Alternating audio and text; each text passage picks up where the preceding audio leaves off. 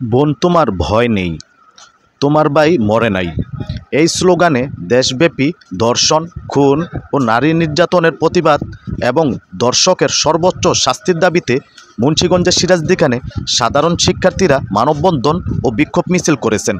উপজেলার শিক্ষার্থীদের আয়োজনে শনিবার বেলা 11:30টার দিকে উপজেলার বিক্রমপুর কুঞ্জবিহারী সরকারি কলেজ ক্যাম্পাসে এই মানববন্ধন অনুষ্ঠিত হয়। পরে শিক্ষার্থীরা বিক্ষোভ মিছিল বের করে ইসাপুরা চৌরাস্তায় গিয়ে সংক্ষিপ্ত সভা করে শেষ হয়। বিক্ষোভ মিছিলে সাধারণ শিক্ষার্থীরা বিভিন্ন প্ল্যাকার্ড প্রদর্শন করেন।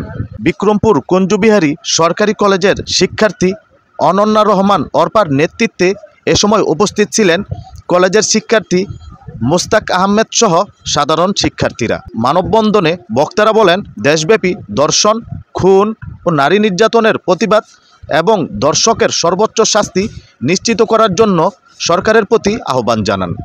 কয়েক মাস ধরে দেশের নির্যাতন নিপীড়ন বেড়েই চলেছে। এর মূল কারণ আইন শৃঙ্খলার অবনতি। অন্তর্বর্তীকালীন সরকারের কাছে আমাদের আহ্বান থাকবে, দয়া করে আইন শৃঙ্খলার উন্নতির জন্য পদক্ষেপ নিন, তা না হলে আইন শৃঙ্খলা আরও খারাপ হবে। ধর্ষণের শিকার হইতেছে মেয়েরা। এখন আমাদের দেশে মেয়েরা সেফ না। আমরা আমাদের মেয়েদের সেফটি চাই এবং ধর্ষকদের সর্বোচ্চ শাস্তির দাবিতে আমরা আজকে এখানে আসছি।